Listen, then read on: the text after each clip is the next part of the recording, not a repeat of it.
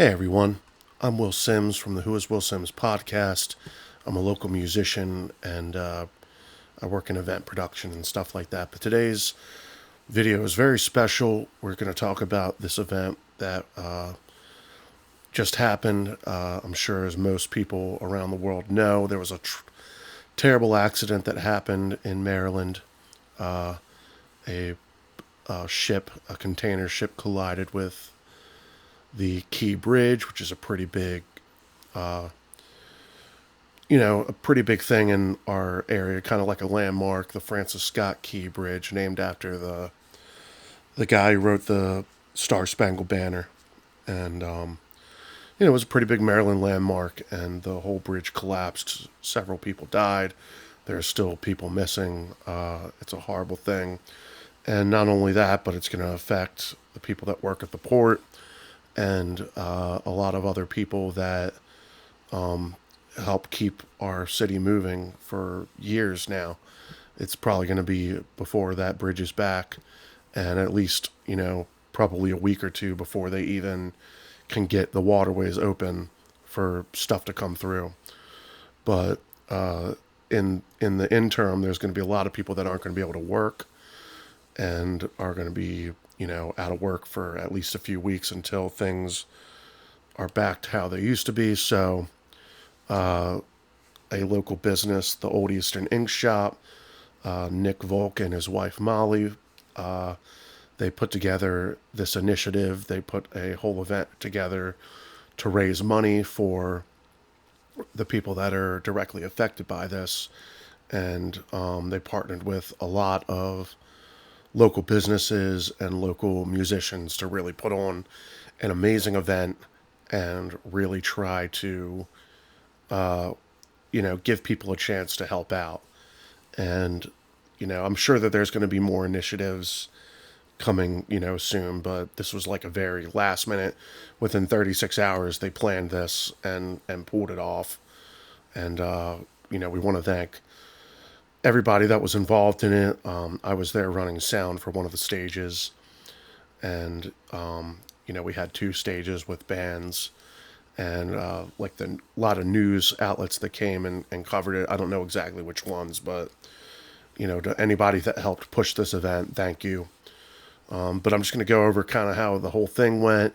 You're going to see footage on screen that I took from the day, and the biggest thing you can do is there's going to be two links in the video. One link is to buy the shirts that Old Eastern Ink Shop designed, and pretty much all the proceeds from that are going directly to help the port workers.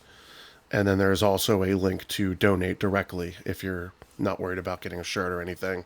There's going to be a link in the video to donate, but there's also going to be links down there for everyone that came in and helped with this event and donated their time and proceeds, and really just gave, they gave a lot of, people donated their time, and everybody could have made excuses, and it was also a holiday weekend. It was Easter weekend. But so yeah, first of all, we got to thank Nick and Molly. They really went all out. Check out Old Eastern Ink Shop. They do shirt printing, among a lot of other things, and they're the ones that reached out and put this whole thing together. Key Brewing Company in Dundalk, they're the ones that they donated their space. They donated a portion of their sales to the cause, and gave us space to put on two stages. And then there were a couple people that donated production and backline to it. I brought a sound system out. The other sound guy, Sam, he was able to get a sound system as well. And some guys brought some backline, so we had drums and bass for the bands to share, so everyone didn't have to bring gear. And yeah, we made a big show happen. And then also we got to give a shout out to the people that, before I get into the bands, I want to talk about some of the food trucks. We had Bees Brick Oven Pizzas, who sold out pretty quickly with their food, and then Easy Access Eats had food. There was another one that was doing drinks and stuff. I gotta look it up. I'll shout them out in the later on in the video. And then they did a silent auction and everything. But and yeah, it was just an amazing effort all around for people involved. So now I'm going to talk about some of the bands that played. There will be links to them in the description as well for this video. Go check them out and show them some love, because they at the last minute they were able to pull it together and make this show happen. So first up we had Shelby Blondell, who opened the day with an acoustic set.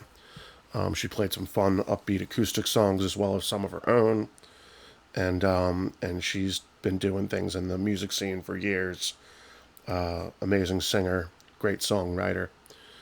And she also invented the sheller, which is a tool for eating crabs. Taking the shells off and eating crabs. So that's pretty cool.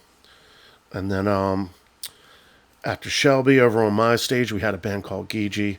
They're kind of like an indie rock band. They just I think they just released an album. I could be wrong, but they're really cool. They had a really neat sound, and they put on a really good show. Kind of got like some energy going because they were like the first band with like a drummer and stuff. So people really loved them. And then back over on the main stage, we had Ebb Nova. They played kind of like a fun, like acoustic set with kind of like some folkier songs, and they've got some really great songs too you can check out. And then over on my stage, we had the Man in the Flames. They played some rock and roll. My buddy Taylor is the singer. It's kind of like his band, and he's been on the podcast. So if you get a chance, check out that episode. But yeah, they played some White Stripes and some Cage of the Elephant, and got everybody moving and grooving. And then back over on the main stage, Nick's band, Old Eastern, played, and they just rock. They had a really nice heavy rock set of like just really great jams. Like I don't want to say like Rage Against the Machine. I don't want to say they sound like Rage Against the Machine, but they had that heaviness where I was just like over there like, dang son, like these guys are rocking hard right now. So they've got new music coming, but make sure you go check out what they got going on. And then after them, over on my stage, we had Voodoo Riot, who were basically kind of a newer cover band. They did everything from Weezer to Beastie Boys to Jimmy Eat World, and they really got things. They really kept that energy going, and kept the party happening. And then after them on the main stage was old Bay Thrashers. They were an original band. They kind of had like some really cool, interesting songs. Really kind of like unique energy from song to song. Really kept it interesting. And then after them on my stage, the last band on my stage for the day was a band called Shift Meal. And they are a two-piece band, a guitar and drummer. And they just had some really cool, interesting songs. I wouldn't know. I mean, they were definitely a rock style band. And there was kind of like punk elements to it, but they were very unique, and their songs were really interesting. I really liked the guy's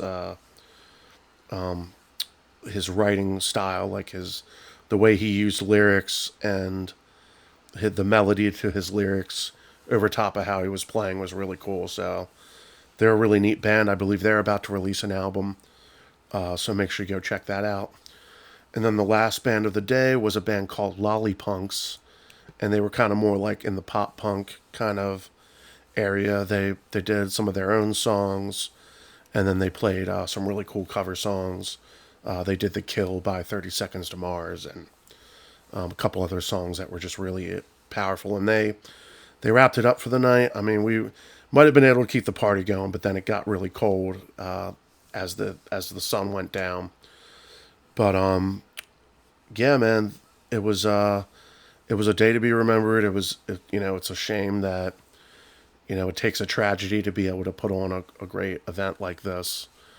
But everyone came out and really, I mean, we had to have had at least 1,000 to 1,500 people cycle through there throughout the day. And there's like this mile and a half road that leads down to the venue, and there were cars parked all the way down it. Like, people had to walk a mile and a half to come drink and support the event, and people came out. And so I think if anything, we just want to thank everybody who came out to support. Obviously, anybody that donated their time to make sure their time or their equipment to make this event a success. And here's hoping that Baltimore can heal and move forward, and just be on the lookout for any sort of initiative. And like I said, check those links in the description to try to support any way you can, and spread this around, man. This is a beautiful thing that Nick and Molly did to make this happen. And like, any way that we can support the businesses that donated their time, and support those who are struggling right now because of this horrible tragedy, let's do it. This is Will Sims. My thing is the Who is Will Sims podcast. Feel free to check that out. I've also got music out there. You can go to whoiswillsims.com. And we're just trying to raise awareness for this and make it the biggest thing we can. All right. Peace out, everybody.